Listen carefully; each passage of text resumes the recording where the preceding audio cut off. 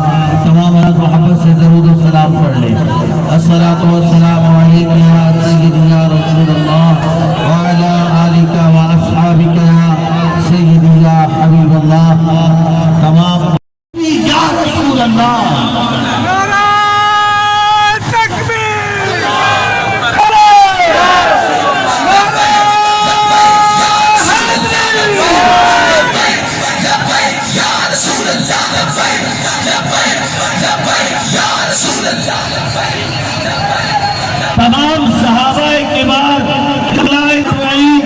यही कहा करते थे, फिदा का भी उम्मी यादा या रसूलल्लाह, हमारे माँ बाप आप पे क़ुर्बान। इस तरह आसिम से मोहब्बत का वो दावा करते थे, इस तरह जिक्र किया करते थे और बताते थे कि आलमी कायनात के अंदर हमें अपने महबूब से इतना प्यार है कि महबूब की ज़ात मुक़द्दस पे